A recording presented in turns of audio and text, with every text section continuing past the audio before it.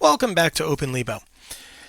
We often get questions about the difference between groups and forums in OpenLebo, so I wanted to explain the difference between these two features of this community website. So here we are at openlebo.com, and I'm going to go ahead and log in real quick, and once we do that, it brings us to the dashboard.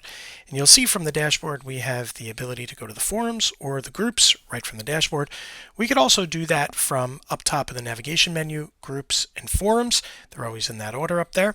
And then also on the side here in your panel, you can see groups or your favorite discussions. Now, the one thing to note here is that if you go to forums here, up in the menu or over here, it brings you to all of the forums. And a forum is a place where it's really you ask a question and you get an answer from a community. Think of old style bulletin boards when they first came online, Q&As, FAQs, things like that.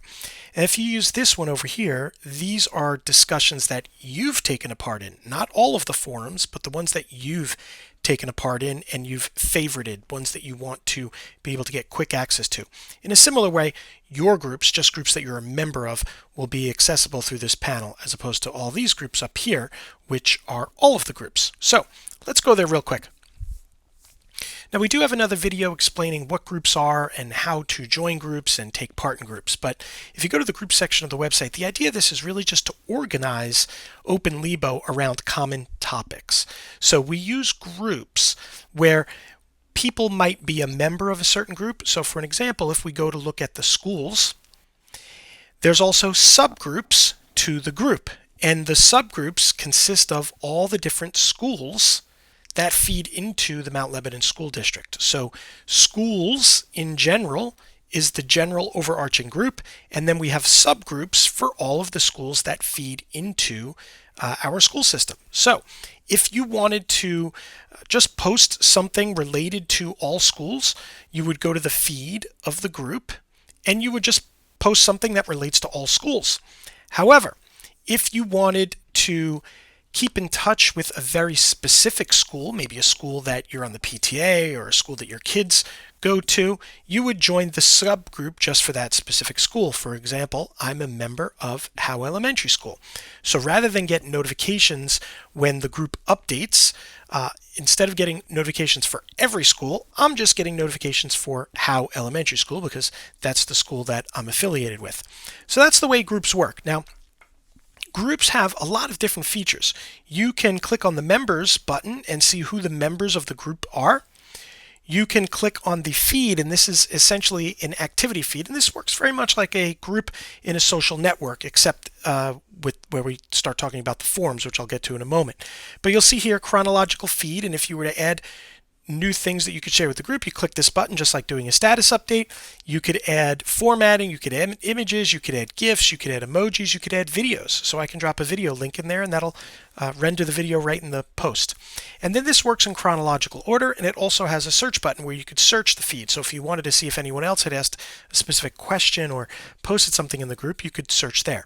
Again, this works in chronological order just like your normal social media feed. They also have the ability to add photos to the group. You could also create albums, photo albums in your group. You could send messages to other group members. So you could send a message to the entire group if you have moderator privileges, or you could send a private message either to the group moderators or to any of the members of the group, which will show up in a list here. You have the ability to do that. Again, groups can have subgroups, which are a little bit more granular. So that's another feature of the groups.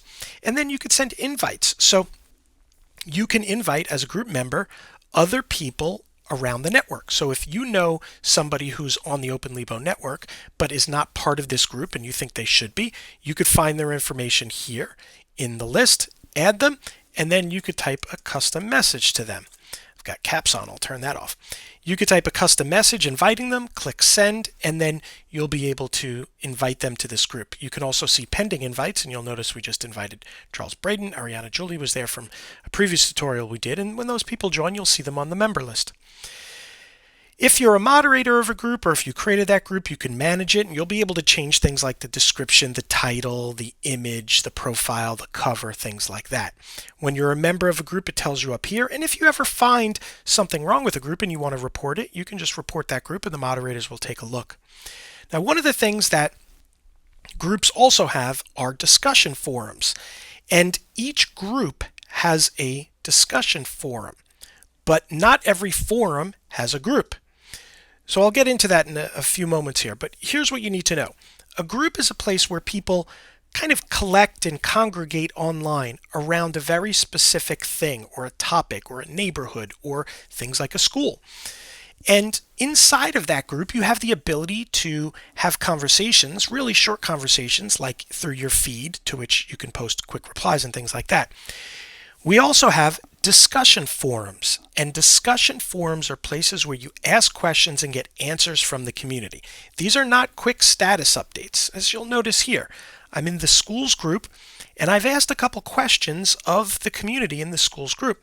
So for one, I asked a question about a vaccine clinic.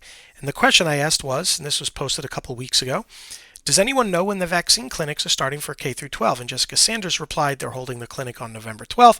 And then she added a link. Now you might be asking, why wouldn't I just post this as a status update? And the answer is, important information like this gets buried in a status update. And people ask the question over and over and over again, and you find that the community gets burnt out because they're answering the same question for people who either don't pay attention or don't see it because it falls further down into the feed. That is the inherent problem with networks like Twitter and Facebook and Instagram. Once that stuff goes down, there could be hundreds or even thousands of updates that you see on a regular basis and you miss the important information. The cool thing about forums is we can pull those important topics out and we make them sticky on the board. They're also searchable here too. So we put those forum items here, and those forum discussions will live there forever and people can refer back to them. Also, there's an Omni search bar here up on top. If I click on that and I type in the word like vaccine, it's going to show me all the places where that lives in groups, in forums, in discussion topics, in the feed, photos, all that kind of stuff. So it's really easy to access that stuff. You'll also see here I asked a question about parent-teacher conferences. Same kind of deal here. Does anyone know when the parent-teacher conferences are this week? No one answered this particular question, but if you did have an answer, all you would have to do is hit reply. And then you could say, parent-teacher conferences were last week. They'll do another round next quarter. Check the school district website for more info.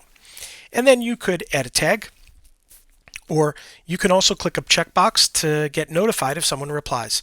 So basically, if someone replies to your reply, you'll get an email notifying you that there's been activity on your post. So we can go ahead and post that. I'm literally just posting on my own post, but if it were someone else, it would also be there as an answer that they did. So that's the difference between groups and forums. Groups can have forums, but forums don't have groups. So the forum structure here, I'll just go and show you that.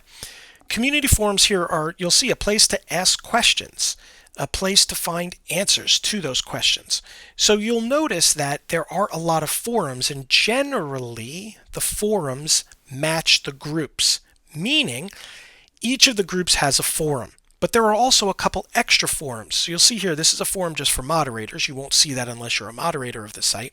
And then there's a general forum. You'll see some of the other forums that we have here. There's a forum for each of the school groups. And then down below, you'll see all the forums across the entire site. And the one that has the most recent post always pops up at the top. So the most recent question or the most recent forum discussion will always be up top. And you can see here there was a reply 19 seconds ago to the parent-teacher conference. Just a day ago, I posted something related to the tech roadmap, which is really cool. You should check that out. It talks about some of the changes coming to the site. Also down below, you'll see, and this is one of the things when you join the site, you'll see some recommendations. You'll be able to see the rules of the road, what you can and can't do or should and shouldn't do on the site. And you'll also be able to introduce yourself to other members. So that information is there. You can just quickly reply to that and add your own information. So these are the forums. Things that people ask that are important, that people will come back to time and time again, things that everyone need to know, really important updates, things we don't want to get lost in a feed. That's what we use a forum to. We can always come back and reference these.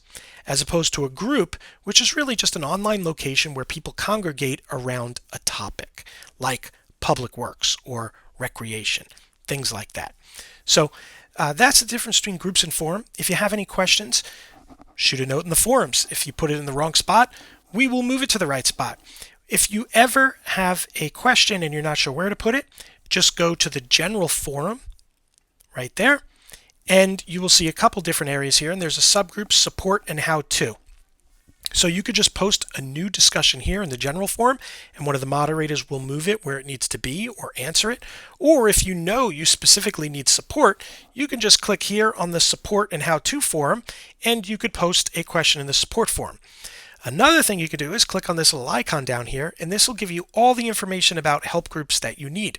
So how to join a social network, structure of OpenLibo. If you're ever looking for things to do, you could check out all the articles that we have here, or you could just click ask and ask a question. It'll send it to one of our moderators and they'll answer it via email. So there's a lot you can do here, and hopefully this explains the difference between groups on OpenLibo and forums. Thanks so much for watching. We'll see you soon.